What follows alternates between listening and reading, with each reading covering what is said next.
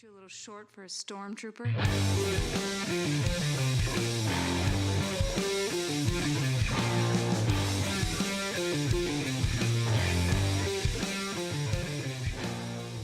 What's up, nerds? Welcome to another episode of the Multiverse Report. Tonight, of course, we are recapping the week's nerdy news from Tatooine to Pokolistan and everywhere in between. My name is Mike Gibson. With me as always, Steve Haller. What's up, Steve? I get that reference. You do, huh? Yeah. No, that's it's been a week. It's been a week, Mike. Yeah, sure has. Hasn't been much of a news week, but it's been a week. No. It is a new year. It is. But the new year hasn't brought too much news with it, as it doesn't normally. January's pretty dry. No, we were pretty dry. Dry January? Especially for those that are doing dry January. It's extra dry. Extra dry, like the martini extra you can't dry. drink. Mm-hmm. The martini you're not drinking in dry January. Exactly. I'm currently drinking an NA brew myself. So Nice. Welcome to the Multiverse Report. Happy New Year. Hope everybody had a wonderful celebration of clock ticking the way that it does every day. yeah, I think this was the first time my wife and I actually stayed up till New Year's in forever. Oh, yeah? Yeah, My son actually stayed up this year. See, we only Made it stayed till up midnight. because our son stayed up till like 11. Mhm. And then he was too much of a zombie, and we're like, dude, just go to bed. And Yeah. by the time he got in bed, it was like 11:20, and we're like, well, I guess we kind of have to. Might as well. Right. Like, Yeah. Okay, cool. And 11:05 My son- or 12:05, we were in bed. Yeah. My son wanted to stay up until 10. And then 10 o'clock came and he was like, oh, I don't want to go to bed. I want to stay up with you guys. So he made it. He made it till midnight and then was like A complete almost zombie. immediately Oh, yeah. like just walked up the stairs, just like ready to go. You know, Like, anybody who's listening to this that has kids, you know, as soon as they're putting themselves to bed, they are tired. They're tired. yeah. It Yeah. happened a couple weeks Crazy. ago where my son was like, I think I'm going to go to bed. And I was like, are you sick? Like, you're probably I know. sick. Yeah. You are very tired if you're Yeah. saying that you're tired. Yep. Default mode is fighting against having to go to bed at with every fiber of their being, usually. 100%. Even when they'll tell me they're tired. And then all of a Sure. sudden it's like, all right, let's go to bed. Come on, dude, let's go. And then it just Come turns on. into the apocalypse. It's like, I'm not tired. I'm like, you just Yeah. told me this 3 seconds Yep. ago. You get that second wind. So here It's we all are. over. This is a podcast that is brought to you by a comic book store, and the name of that comic book store is Funky Town Comics and Vinyl, and it is located in Camillus, New York, for all your comics and vinyl needs. They also have toys, and a lot of cool stuff that I was looking at when I was in there the other day, getting my comic to review. Steve, I actually have a comic to review tonight, so And I don't this week. all right. Because I went I'll in look on forward to Sunday that. finally because for some reason Marvel books just didn't come in this week. I know. Because we can go back I to saw our, that. if you want to hear more about this, go back about 2 weeks to our diatribe on diamond distribution and all the stupidity Yeah. that is the comic distribution industry. Yeah. Yeah, go do that. Listen to that rant because we don't need to have that rant again, but screw them and give us our books. Yeah, for real. Come on. It only hurts Come the on. local comic shops. Like, that's literally all it hurts. Yeah, that's all you're doing. Yeah. That's all you're doing, Diamond. Bunch of jerks over there. I think that's it as far as a preamble, right? We, the get to people of the- the United... Wait, no, wrong preamble. I had to No, that's the memorize- right one. I had to memorize that in 4th grade. My 4th grade I teacher did made me too. memorize it. I did too, and I don't remember it at all. It Oh, didn't stick. I whipped off like 3/4 of it, and my wife looked at me like, what is wrong with you? Like, how did you remember that? What if we started every episode of this show by reciting the preamble to the Constitution? I feel like that's Out of a nowhere. I feel like that's a very different demographic, Mike. Actually, no. That's why it'd be so funny. Our viewers would actually understand what we're talking about instead of Yeah. just saying. Hey-o.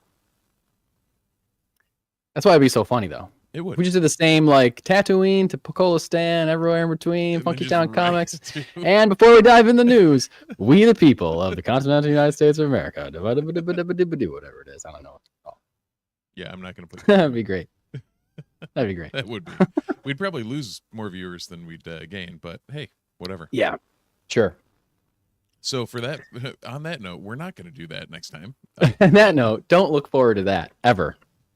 If you do, feel free to let us know off the air on any of our social media at the Multiverse Report, and maybe I'll record a video of doing the preamble of the Constitution. Yeah, let's do that. Can look forward to that. Something else that you can look forward to is something that was a pretty well-known secret, I think, although it had been a while since we'd heard anything about it. Yeah. So I was almost kind of surprised when it came back into my life, into my brain. It's like, wait a minute, this actually is true? I had already Like, gone past... oh, yeah. Yeah, I think I had gone full circle on it. Like, there's no, like, it's not, there's no way. But, Right.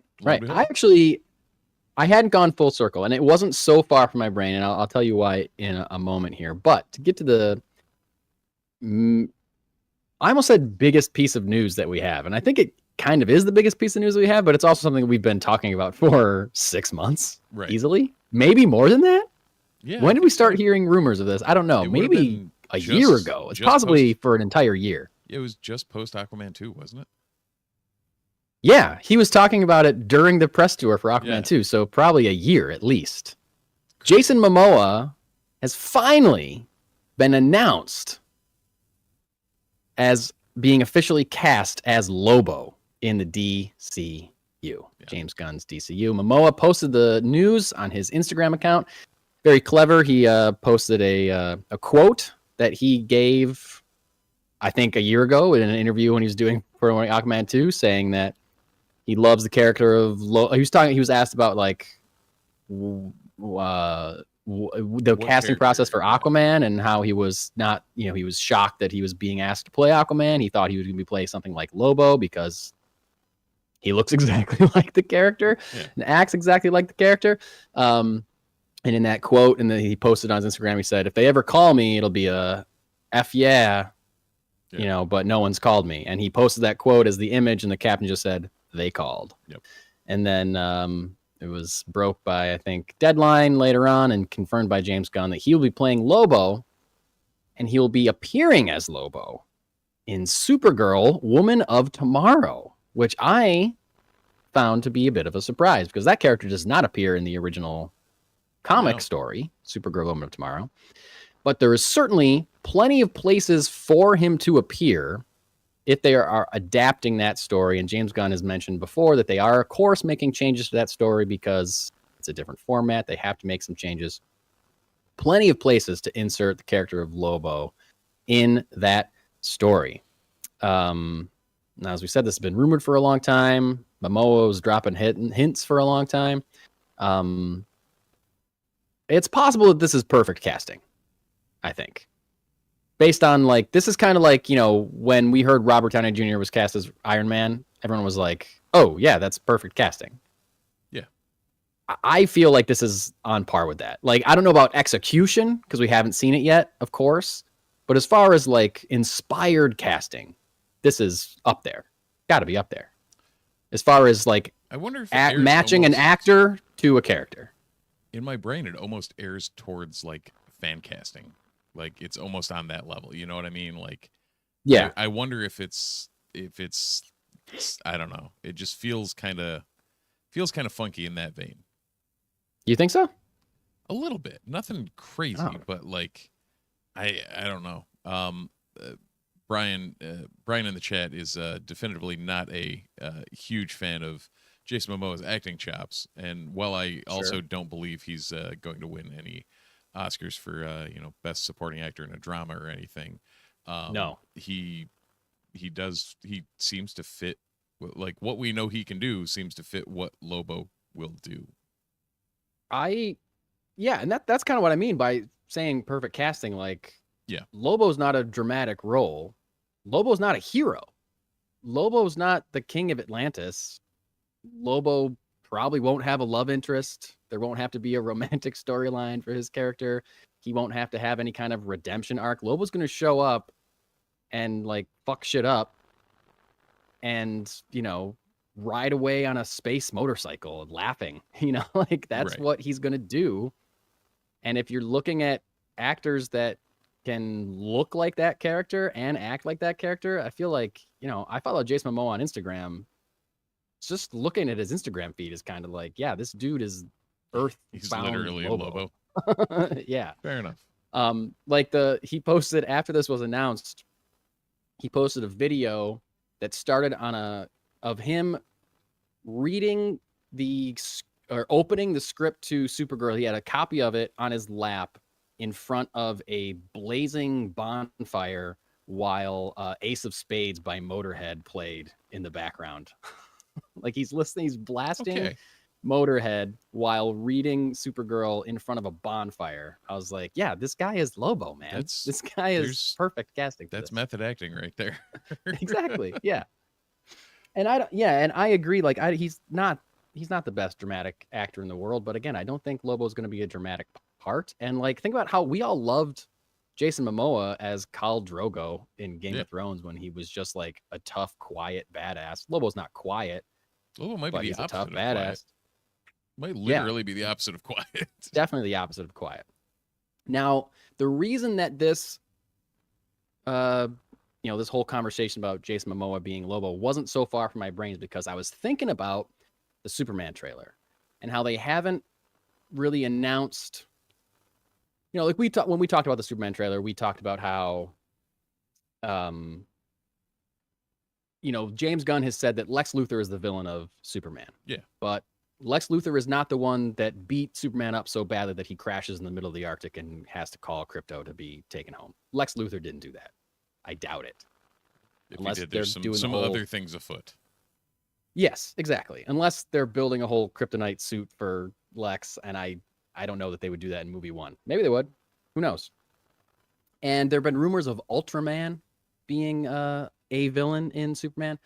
Ultraman is like a different version of Superman from another reality. I don't really want... I kind of hope that it's not like other realities are being brought into this because, I don't know, Marvel hasn't had a whole lot of success with that, and the public is pretty sick of multiple universes. So I was thinking like, maybe it's Ultraman and they do a different origin form or whatever, but I was kind of thinking about it and I was like, wait a second, maybe it's Lobo. Maybe Lex hires Lobo for some reason, and that's someone that can beat up Superman or can go toe to toe with Superman.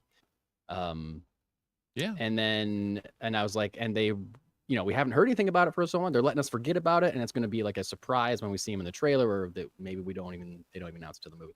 But turns out I was wrong about that. That would have been cool, but I think it's a small chance he could still show up in Superman. But he's definitely showing up in Supergirl, Woman of Tomorrow, that starts filming next week.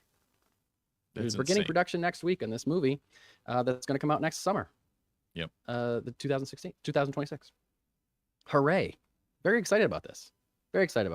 Expanding of the DC universe. In some way, there are... You keep wanting to say DCU, and I think everybody does.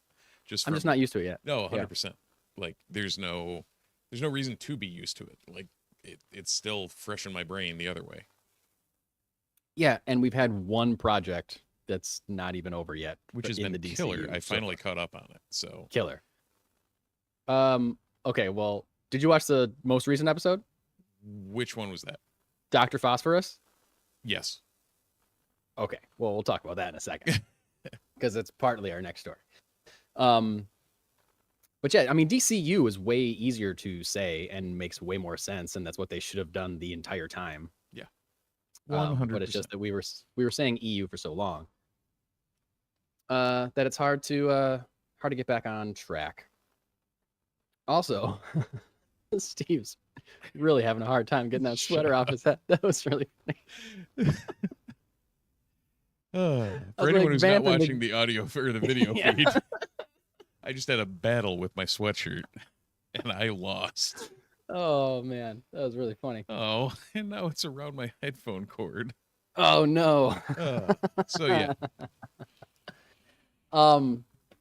I feel like there are ways in which the DCU is like really, there's two ways to look at the DCU right now. Like if you focus on like the Superman stuff, Supergirl, like yeah, they're like getting stuff off to a good start. Things are in production, things are moving. But then, like I just listened to our last week's episode where we talked about like the Brave and the Bold getting delayed and the Batman Part 2 getting pushed and stuff. And like, if you focus on that stuff and you're like, man, they're just having a hard time getting this thing off the ground. But then on the other side, you're like, oh no, they're off with flying colors here. Superman looks great. Supergirl's in production. Lobo's going to be in it. Lanterns. We're doing good. But anyway, speaking of Creature Commandos, episode 6, the penultimate episode, aired this past week. Only one more episode left. The season finale will hit this Thursday. Episode 6 of Creature Commandos gave us the debut of a certain character that is, I'd say pretty likely to have a strong presence in the DCU once it gets fully off the ground. The episode 6 of Creature Commandos gave us our first glimpse at Batman in the DCU. Literally, very short, a glimpse. Literally a glimpse. Like, it got ruined for me because it was all over my social media. Yeah, like the day the episode came out, like Batman's in it, Batman's in it, Batman's in it. I was expecting more, just because so many people were talking about it. Yeah, but no, one shot. In silhouette, of course, obviously. Yeah. But yeah, this is the episode is as they've been doing, they further the main plot along while flashing back to flush out the backstory of one of the characters. This episode was about Dr. Phosphorus. And first, I gotta say, one of the more gruesome and disturbing origin stories. Yeah. Like the scene where he comes home and his family is dead, and they're just like, there are zero punches pulled from this show anywhere. None. But they're trying to blame him, right? Yeah. So they want to get their blood on it. Oh my God. It was just so disturbing. It was so disturbing. Was that worse than watching the Weasel one? Ugh. The Weasel one was was so good. And just, I've never wanted to shed a tear for an animated rabid weasel hybrid man dog thing. And I had just rewatched The Suicide Squad not long ago. And they say that in that movie. They're like, he's not harmless. He's killed 27 children. Like, they say that in that movie. Right. And so that's like a through line that nice. Comes through. Yeah. It's like, well, it was more like 7, but yeah. And then it wasn't even, I don't want to spoil it, but like, go watch. Oh my God. Like, for as gruesome and as messed up as this show is, it is extremely well written and extremely entertaining. Yes, extremely well done. And yeah, Dr. Phosphorus was great too. Like that, made me like his character a lot more too. Yeah. But anyway, so he's Dr. Phosphorus is being a villain out and around in Gotham City, and looks up into a skylight and sees, oh man, I'm in trouble, and Batman is standing there. Now, people are saying that this is it's a really quick shot. I think maybe a bolt of lightning goes behind Batman. Yeah, something like that. You don't see too much. Yeah, people are saying this is clearly not Robert Pattinson's Batman, lending credence to James Gunn saying that it's going to be different. That's what he said the whole time.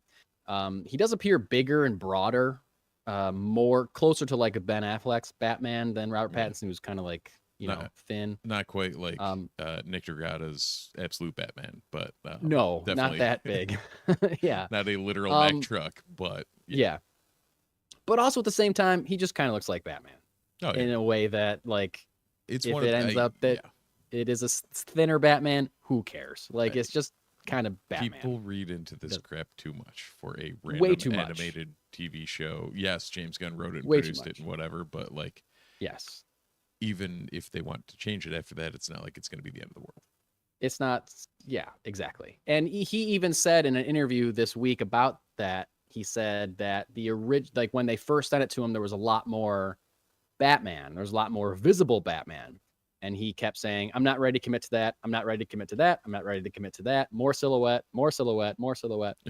But then he continued, just so like to keep it dark, to keep the details sparse. So, it wouldn't completely contradict something that they wanted to do later.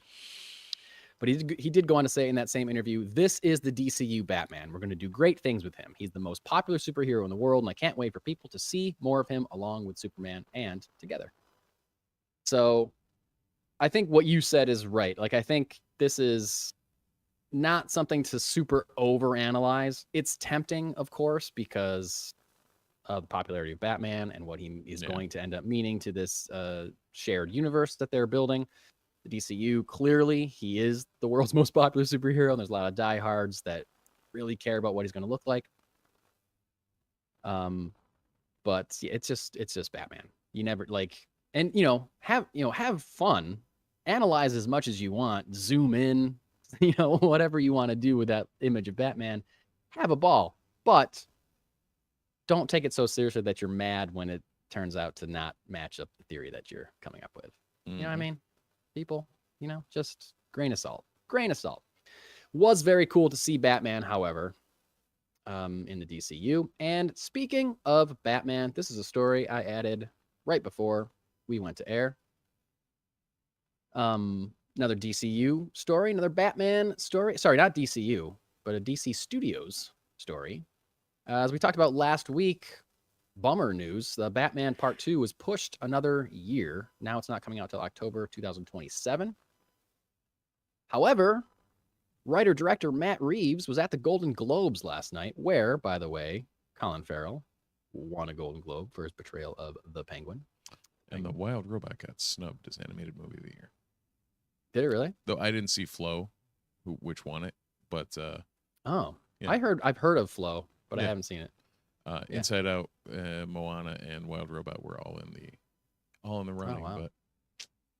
But Flo must be really good. I have to go watch Flo because I guess so. Inside Out 2 was still great. In And Wild theaters. Robot was great. So yeah, and Bucky Barnes got his Golden Globe.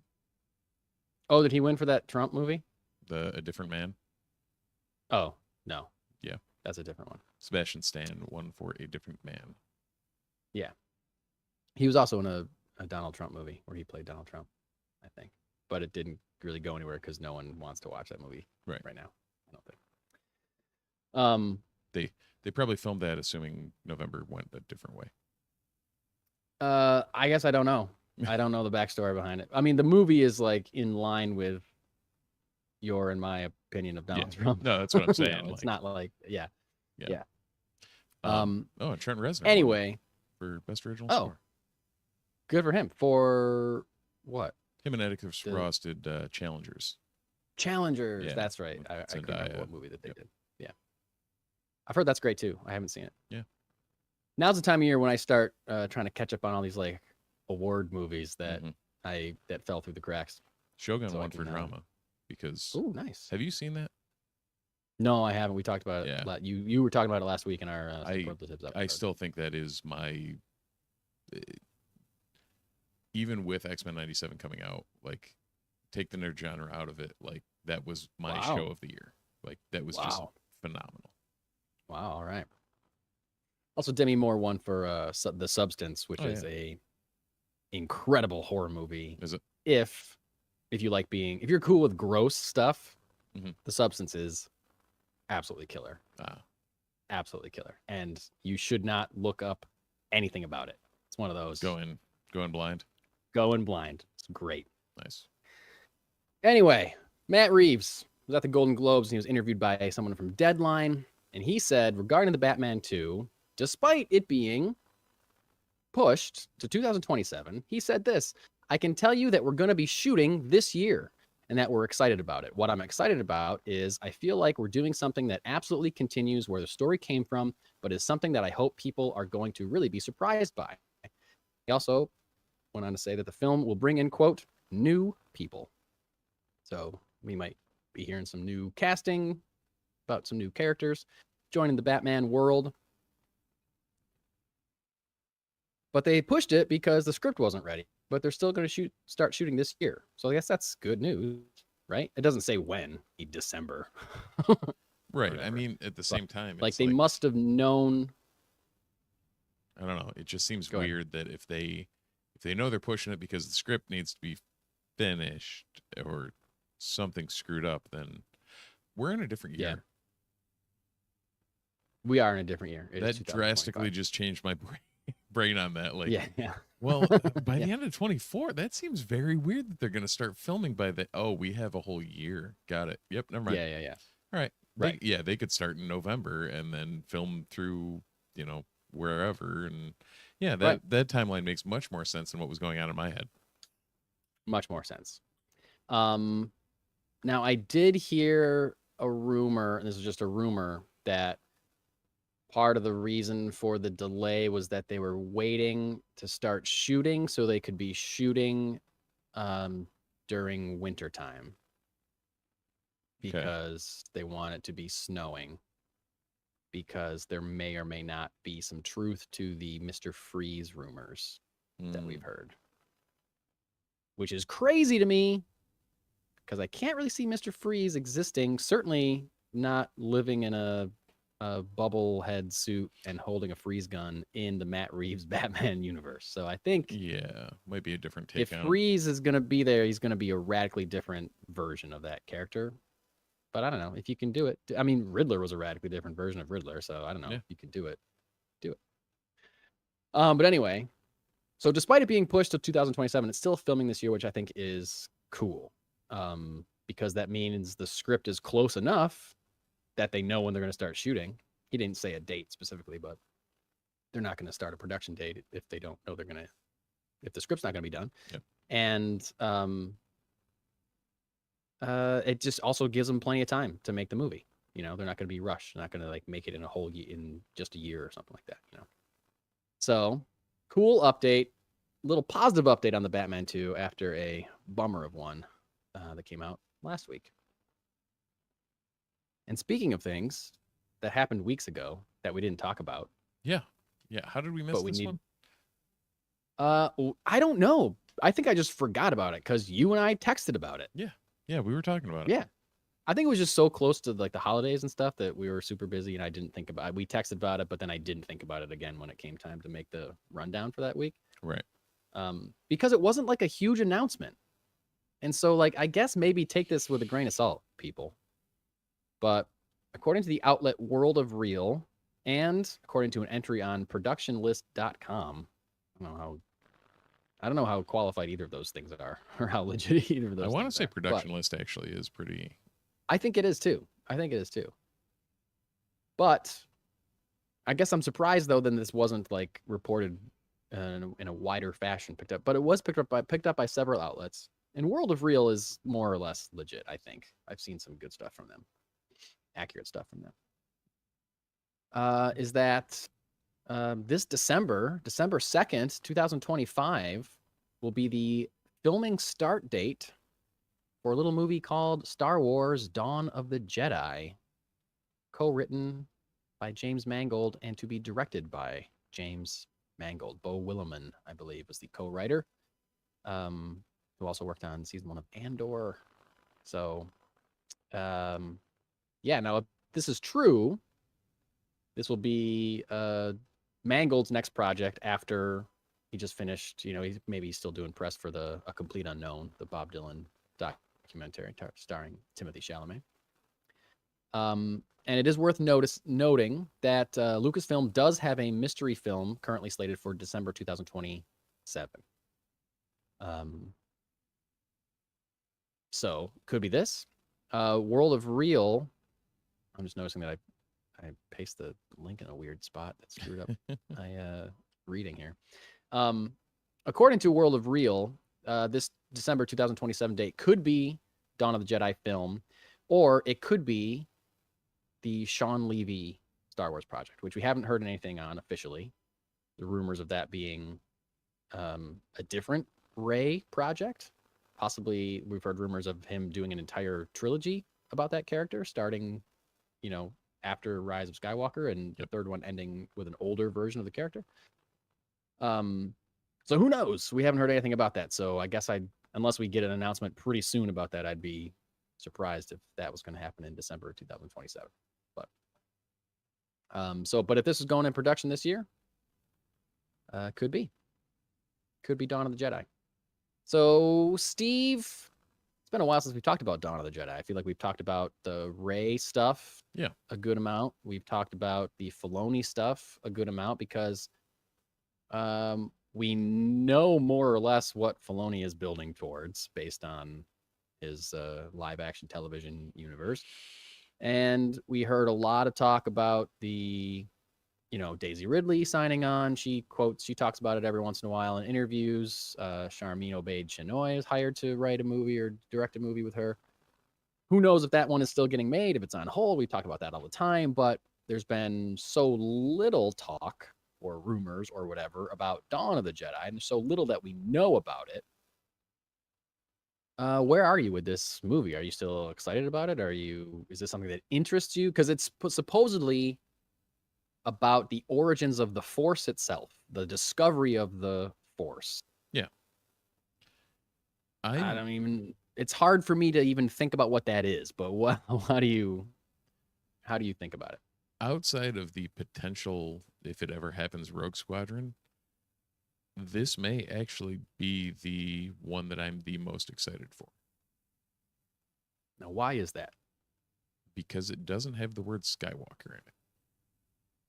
Because at this point, like, I don't know.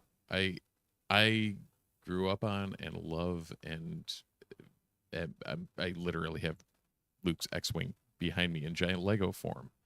Yeah. But like there's a whole galaxy far, far away that we can take a look at and expand it beyond the myopic view of this thing that some people think you've driven off a cliff, and start fresh and give me a good story that's set in the universe that is a fresh start somewhere and make me want to love Star Wars again.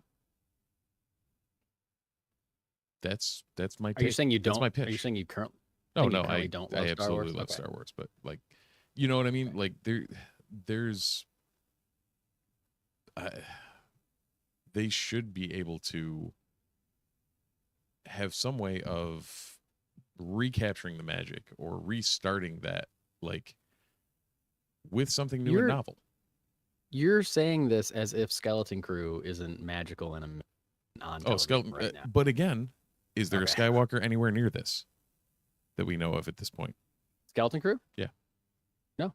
Exactly. Like, Well, you can tell all these stories that don't have to tie into this giant meta whatever. Like, just pick a good story and tell it. Well, I mean, I agree with you. Yeah. I think they're doing that. I feel like you say that a lot when we bring up Star Wars stuff, but I feel like they are doing that. They're picking good stories and telling them, but they're not getting. They're still getting backlash from shitty fans about it. Think what's the last project they made that was an entry point, a fresh start a long time ago? The Acolyte. Yeah. And people lit it up. Was great. It's great. It's so good. Yeah. And I was mad. When I re-listened to the episode, we barely talked about it in our like best of 2024. Like that, we should have at least mentioned that. Like there was an awesome Star Wars show. Right. Seriously. Like, we should have. Not perfect, but I regret not mentioning it. But like that's something that they did, and then they canceled it. Yeah. They're not making a season 2 because of the backlash from it. So I guess I'm hoping that they can do what you're saying in a way that they don't care what the backlash is. If there is a backlash, they're just too reactionary, right? Like, 100%. Racists hated the Acolyte, so we need to not make a second season of it. Like, what? Look at what happened to Solo. Look at what happened to The Rise of Skywalker. Yeah. Like, Disney needs to just slow their roll, take their time, which at this point they kind of have to a degree, but take your time and put out something. But put out something that they believe in. Yeah. And put out something that like they are not going to course correct. If if the back, like, be okay with putting out something that doesn't please everybody. Yeah. Because it's impossible. You're not going to please every Star Wars fan now. You just have to make something that you think is good. And if it bombs, it bombs. But if it's great, then it's great. Like, that's just how you make art.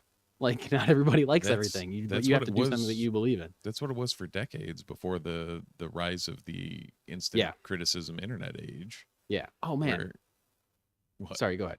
I just thought of something to add to this conversation that I'm excited about that I thought of it. But yeah. Yeah, I was just saying that you basically, like, because you can instantaneously respond to something, you do, and they can take that at face value, or they can take that, and do something constructive with it. Yeah. Also, side note, I feel like so many of the negative responses to whether it be Acolyte from going out, or like even like back when like WandaVision was coming out, or other Marvel shows, like so many people don't understand what a mystery show is.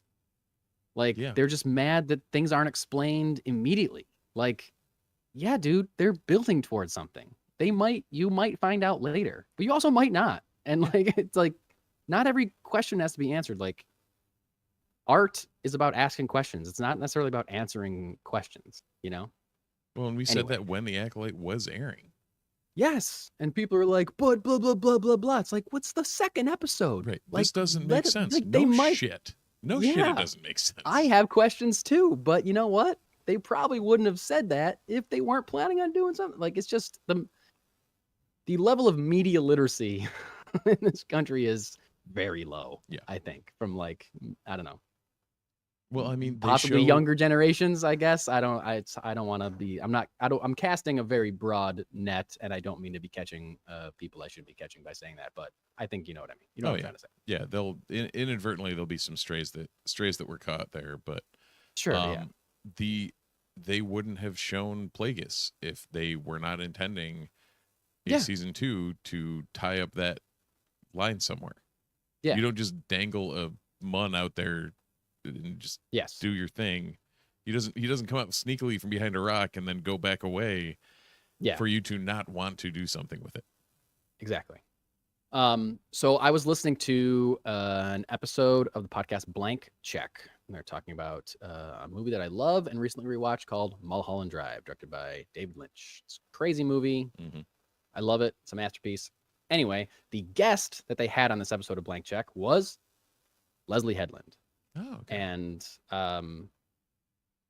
they were talking about, David Lynch writing, directing Mulholland Drive, also created the show Twin Peaks. If anyone has seen Twin Peaks, you know that it ends on a massive cliffhanger, the second season of that show, and then it got canceled. And then David Lynch made a movie, but the movie was a prequel, and a lot of fans wanted to be a sequel, and they wanted answers, and he wasn't giving them answers. David Lynch is not the kind of director or writer that cares about giving you answers. So they were kind of talking about that. Exactly. So they were talking about the audience kind of turning on him after Twin Peaks was over, and Leslie Headland said, "Hey, it's not unlike certain other fan bases that I may or may not have dealt with in the past, saying, how dare you not answer this, and expecting all the, like she said, exactly what we were talking about. And they did not, clearly they were talking about Star Wars fans. They did not come out and say they were talking about Star Wars fans. But the other thing that she said that I thought was really interesting is that she said, everyone always says that Hollywood, I'm paraphrasing because I don't remember the exact quote. She said, like, people always assume Hollywood, the number one thing Hollywood is fueled by or Hollywood runs on is money. But that's not true. Hollywood runs on fear. The movie industry is based on fear. And that fear could be, this is me extrapolating now, like that fear could be losing money that you invested or not making enough money to keep your job or whatever. But what we're talking about, Disney or Lucasfilm or whoever being reactionary and switching things just because whatever, that's all fear-based. Yeah. And it made me think of the thing that Leslie Headland said. So I was excited that I was like, oh, I can connect this to the Acolyte and podcaster.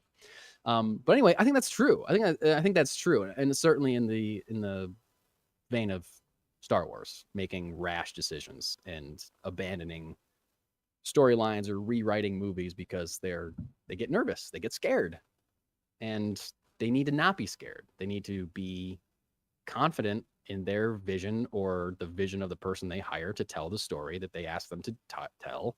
Yeah. And otherwise, you're just going to get a bunch of Rise of Skywalkers. You know what I mean?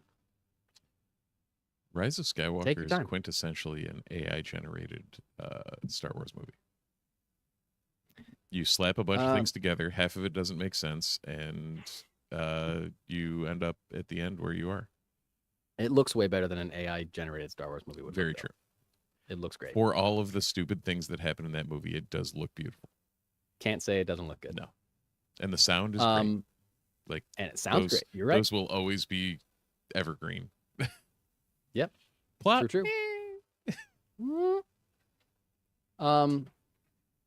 Yeah. So Dawn of the Jedi seems like a movie that they are taking their time with, or have been. At least on the writing, they're not trying, like you said, they have been slowing down. They have been, taking their time a little bit more. I just worry it's too late. I don't think it's too little too late. People love Star Wars. People love Star Wars. It's not being shown by what they've been putting out, though. Well, they haven't put out a movie in a long time. A lot of people just see Star Wars as a movie franchise. A lot of people don't watch the shows at all, but are like, we'll go see a movie. Right. For sure. Especially if you call it episode 10, they're going, Yeah. Which would go back to Skywalker land and not where you want to be. But I'm of two minds about that because, yes, I love things like The Acolyte. I'm excited about Dawn of the Jedi. Even Andor is semi Skywalker saga adjacent, but there's no Jedi or whatever in it. And I love that stuff. But I also love a good Skywalker story at the same time. Like, those things are in my heart. So I wouldn't say no to more of that at the same time. They're in my heart and I love them, but I also I don't know, maybe my brain just wants to let them breathe for a while. Like, I'm fine with that. It was what, 83 to 99 that we had to let them breathe the first time? Yeah. Yeah. And then 2005 to 2015. Right. And now, there's no moving forward from Rise of Skywalker. Yeah, Rey took the last name, but anything that moves forward can't really be tied to any story points from the first 9 movies. No, I don't think wherever her story's going is going to be, in my brain, in name only. Is it a derivative of I think it'll be a unique enough situation where it's not going to feel like, all right, we're just rewriting history again. Right. So I agree. But certainly no chance of treading on anybody's toes with Dawn of the Jedi. You would think. A lot of people found ways to be mad at the Acolyte for changing whatever. But I just can't imagine what this is going to be. Is it going to be like a primitive society that discovers is there going to be spaceships in this at all? You know what I mean? Right. How long ago are we talking? What's the technology like? What's the world look like? There's no Jedi. There's no Sith. Is there technology at all? What is I kind of hope that there isn't, or there's very primitive technology, because I feel like a lot of times Star Wars can do this. I love Star Wars because it takes place over such a massive timeline. Yeah. And be like, no, this story's over here, this story's over here. But most of the time, everything just looks kind of the same. Yeah. They all have the same. There's not a ton of technological advances between, Revenge of the Sith and Force Awakens necessarily. But right. Even go back to the Acolyte, like the High Republic era. Yeah, still flying around. Exactly. Yeah, speed, things look different, all that stuff's still there. Yeah. But they're not different. Yeah. No, that's part of the High Republic areas when they were discovering new hyperspace lanes and other things were happening. they're, again, if you break into the expanded lore and all that, it's a little different. But yeah, from what we've seen in visual media, yeah, they all look the same or close to it. Right.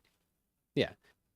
But part of that is like it's got to look like Star Wars. Right. You know? So I think like a big challenge possibly for James Mangold, depending on how he's going to have this movie come out, a big challenge for them could be, how do we strip this world of spaceports and cantinas and lightsabers and blasters and stuff, but still have it look and feel like it belongs in that universe.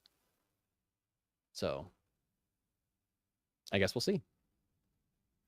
Whatever this mystery film that is slated for December 2027, if it stays, would be the second Star Wars film released after Mandalorian and Grogu comes out.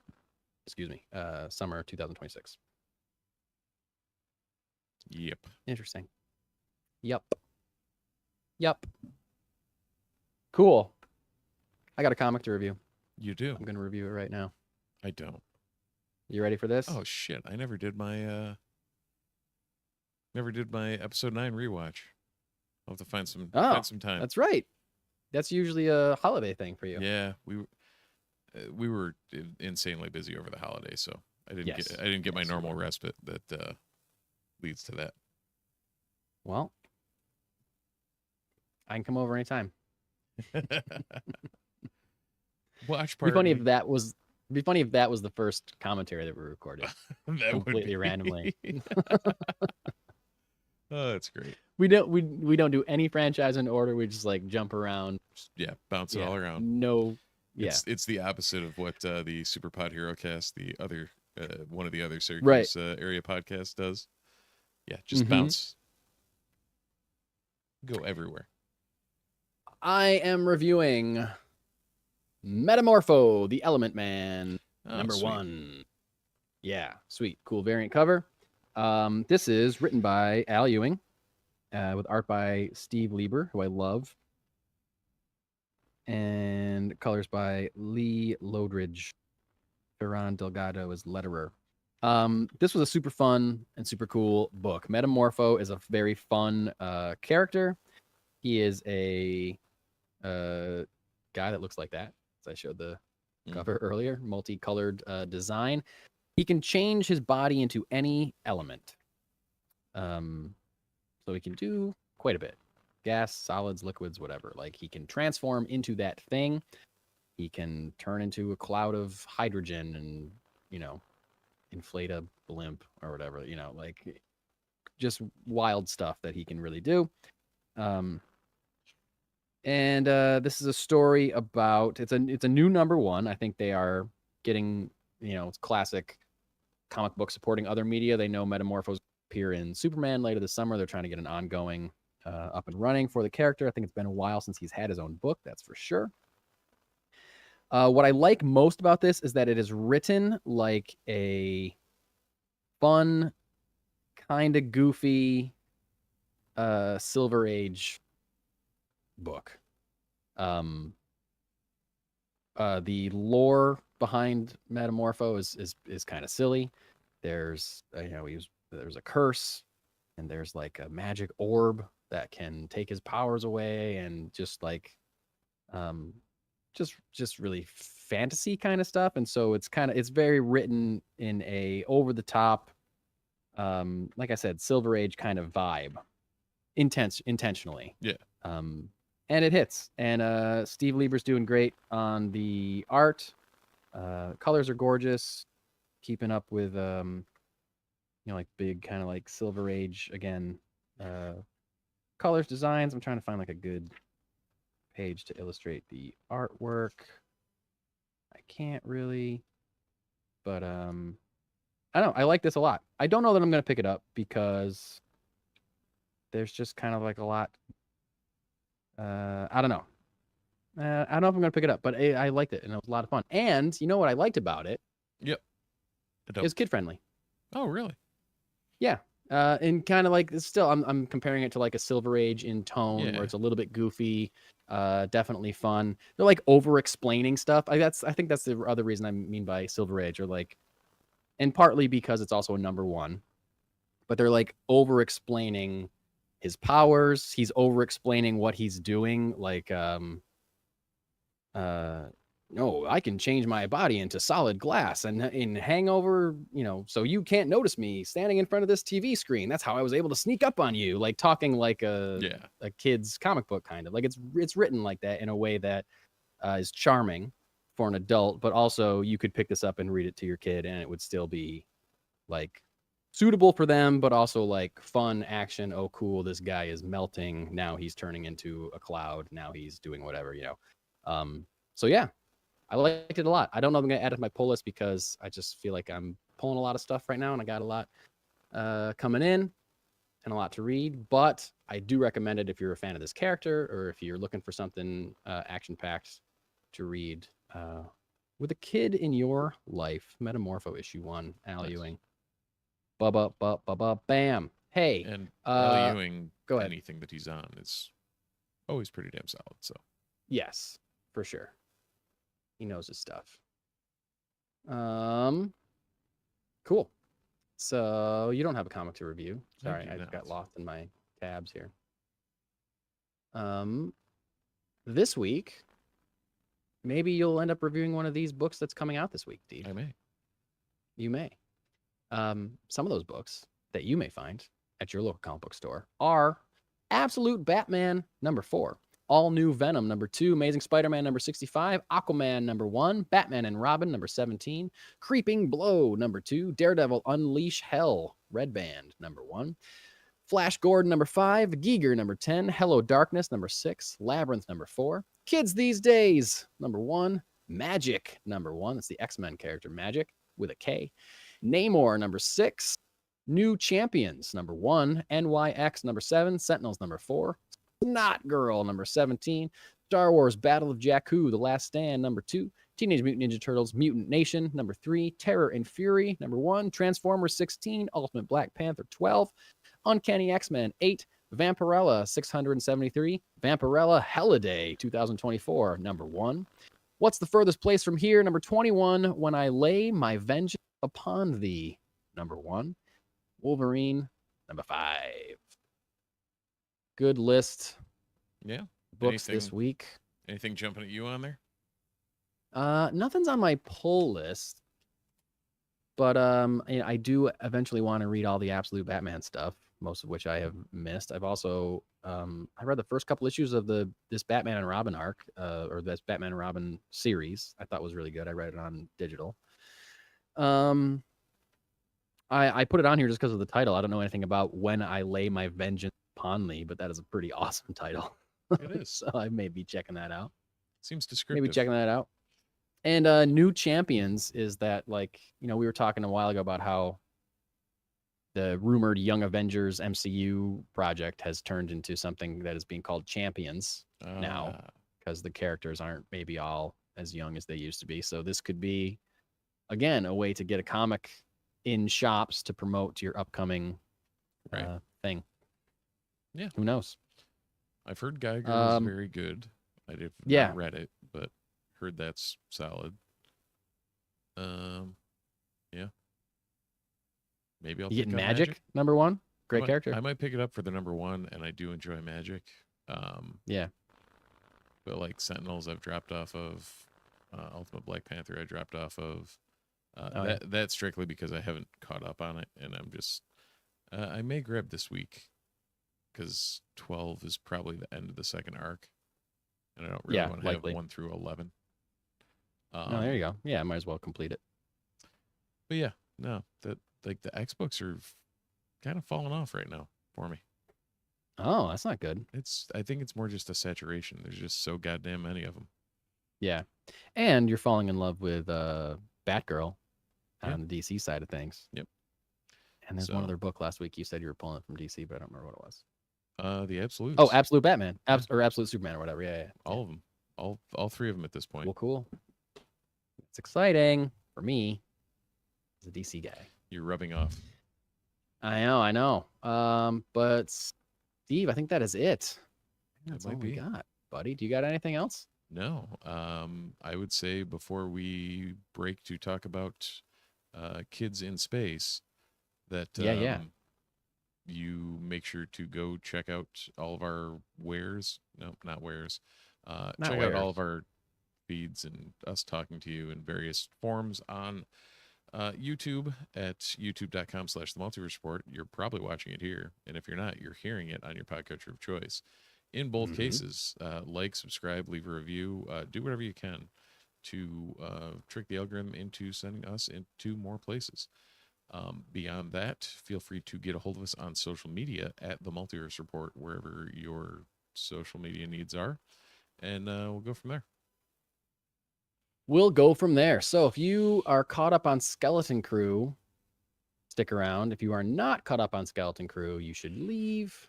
Do those things that Steve just told you to do, because we're going to start.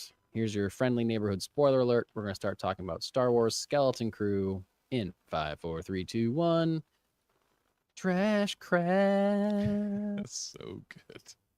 The trash crabs were so good. So good. I love them.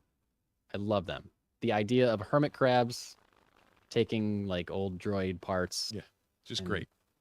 So cool. There was like a straight up protocol droid leg sticking straight like foot in the air. Did you notice that? No, like I one of them didn't. just had like a 3PO leg from the knee, like the knee was on the crab and the foot was like sticking out. It was great.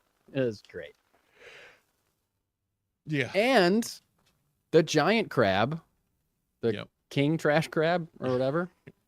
King trash crab. That was done with stop motion animation. Oh, really? Yes, that's a physical thing. You can find a video of them doing it, like a sped up video of like a guy's hand in the background just doing this as it like slowly. So cool. So many of the effects in the show are practical.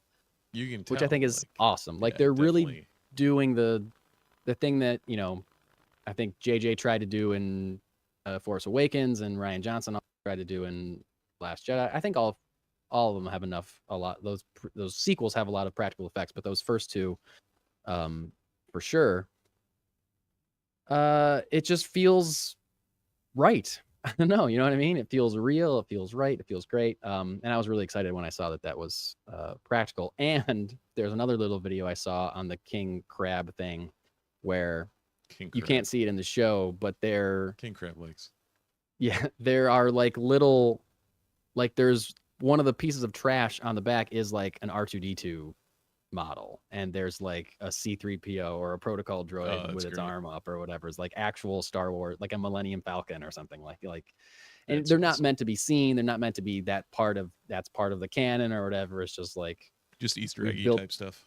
Yeah. Easter eggy stuff. We built this crab out of things that belong in this universe, kind of thing. Very cool. Okay, so I mean, there's nothing really else to talk about, right? Just trash crabs. That's it. Nothing else happened in the episode. It's fine. This was the growing apart and coming together episode for the kids. Yes. Yep. We're progressing through all the stages of standard 80s kids stories. Yep. Speaking of that, the other highlight for me was KB discussing her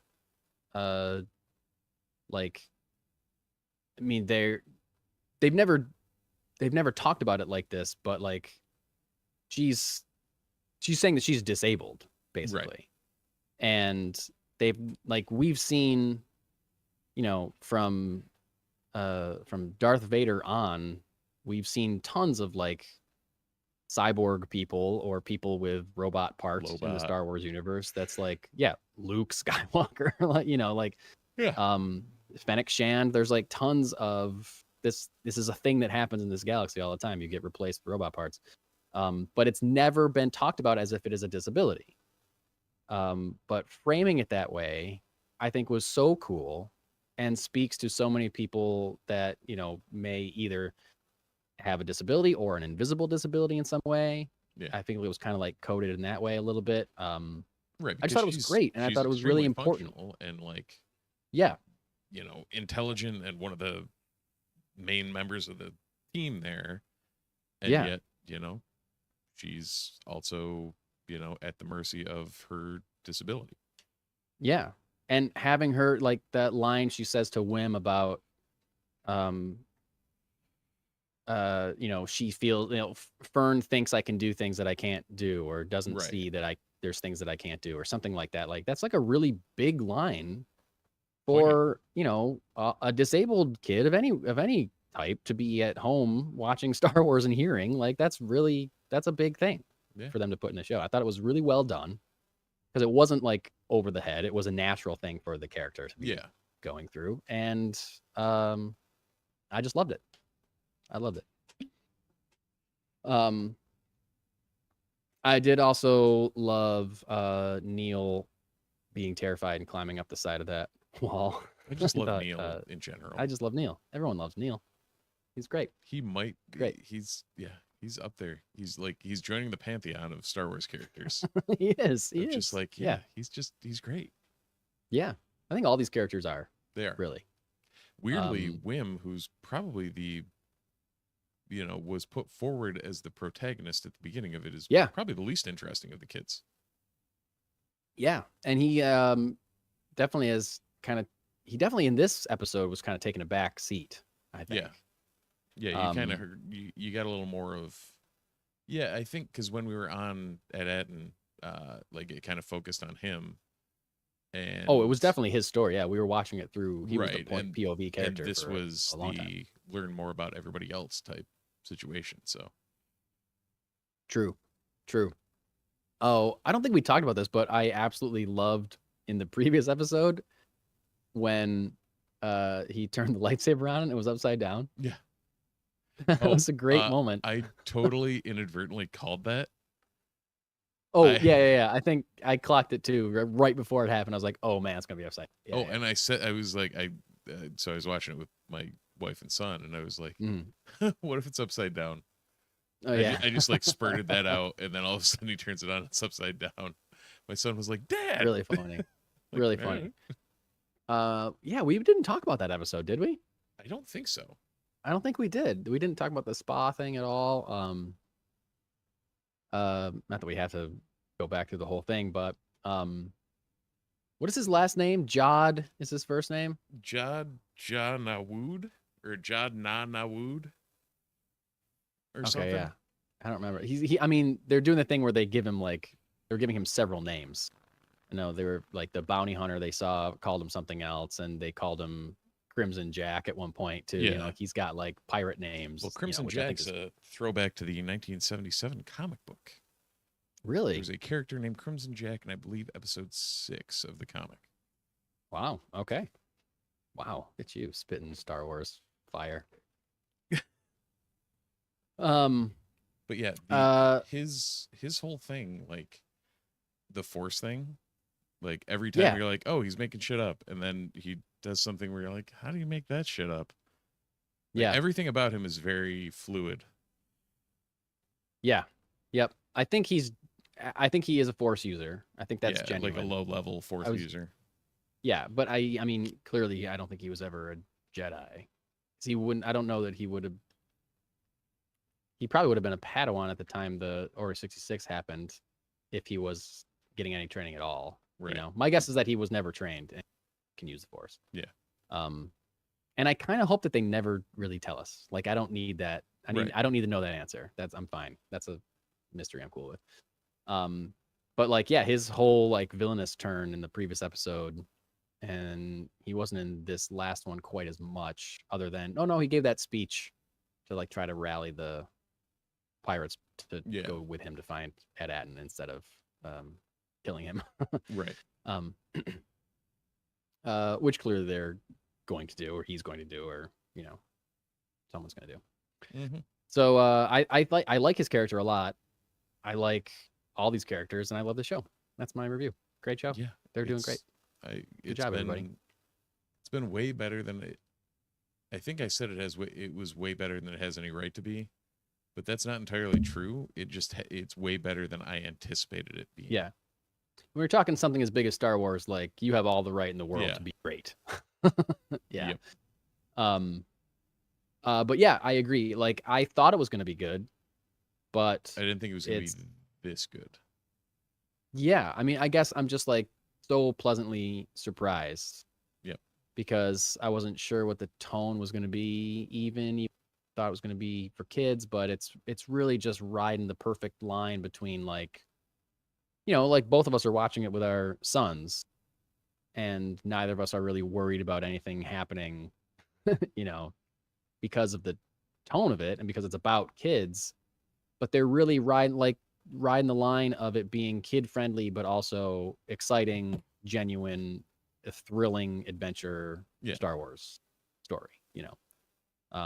Like I wouldn't say they're pulling any punches, but they're throwing the right ones. Yeah, that makes sense. Yeah. It's good. It's good. It's good. And we got 2 more episodes. Yes, 2 more. Yeah, 8 episodes for the series, which my son was very disappointed about when I told him. Yeah, it's like there's only 2 more. I'm like, yeah, welcome to episodic TV, buddy. I meant to say this when we were talking about Star Wars before we told everyone else to go away, but my plan, my son and I and my wife, we got to the end of Clone Wars. Besides the last 4 episodes, the series, finally, we've been watching it for like 2 years. We finally got through it. And so I asked my son, I was like, well, do you want to watch Revenge of the Sith? Do you want to watch that? Maybe we can watch that on New Year's Eve. And he's like, yeah. So, and I told him, I was like, it's tough. There's some scary parts and characters die. A lot of characters die. And he said, okay. Turns out too scary. Revenge of the Sith. Despite George Lucas claiming that the prequels are for kids and defending some of his questionable dialogue choices by saying they're for kids. Revenge of the Sith, too scary for at least my 8-year-old son. Or too sad, I think. He really didn't like watching all the Jedi get killed. So we turned it off. And initially, right after he wanted to turn it off, I was like, oh, I just ruined Star Wars for my kid. He's never going to want to watch Star Wars ever again. It's over. It's over. The dream is dead. But no, we since have watched that episode of Skeleton Crew. He loved it. And then yesterday, he wanted to put a movie on, or it was like snack time, and he watched something during his snack time before bed. And he's like, I want to watch a movie. He's like, well, we don't have time to watch a whole movie. We could watch part of a movie, half hour or something, and then turn it off. He said, okay. I want to watch A New Hope. All right, dude. Okay. Awesome. Yes. So we watched a half hour last night. We watched a half hour tonight. We're chipping away through A New Hope, and I'm just like, phew. I'm so glad he's still into it. He still likes it. I didn't scare him away from it. Nice. But it did tell me that it's going to be really hard for him to watch Force Awakens and watch Han Solo die. I feel at least with Force Awakens, though, there's like that scene, and that's about it. That's about it, exactly. And he did actually ask to watch Force Awakens a couple days ago. My son has a couple of times, and I'm like, ugh, too soon. Yeah. Because it was like the Saturday night or something. I was like, you want to watch a movie tonight? He's like, yeah, can we watch Force Awakens? And I was like, ooh. And he goes, wait, really? Can we? Like, he expected me to just say no immediately. And I was like, I don't know. Yeah. Because there's not any plot standing in his way really anymore. Except we still have to watch the last 4 episodes of Clone Wars, which are bangers. I'm very excited to do that. Yeah. They're so good. Yeah, I haven't rewatched that last season in a while. It's good. Yeah. It's real good. But yeah, so I don't want to tell him before the movie starts that Han Solo dies, but I think I have to tell him so he can emotionally prepare himself. But if I tell him before the movie starts, then the whole time he'll just be like, is this gonna happen? Is this one? Is this one? Is this one? Is this one? Yeah. Exactly. So I feel like we might tell him like before, as the third act is like once they get to Starkiller Base or something, I'll be like, all right, buddy, it's gonna be Han. Just so you know. But anyway, we'll cross that bridge when we get there. There you go. There you go. That's my personal Star Wars story for everybody tonight. Sorry. I think they liked it, Mike. I have no feedback and no way to know, but You are tired. I can tell that you're tired. You look tired. My dog woke me up at 4. So. Oh Jesus. Yeah, it's one of those days. Well, let's wrap this shit up so you can go to bed. It's 11 o'clock for God's sake. Well, if you're still listening, and God bless you if you are, thank you. And do all the things that Steve said to do earlier. Follow us on socials, Blue Sky, and Threads, and Instagram. I definitely got bad about posting stuff during the holidays. I'm going to get back on that train this week. So you can look for some more stuff. Thanks for all the new followers on Blue Sky. If you followed us from here, if you're following us there, appreciate it. And I guess that's it. So until next time, as the two suns set over the burnt corpses of Owen and Brew Lars, we say thanks for watching, thanks for listening, and we'll see you in the multiverse.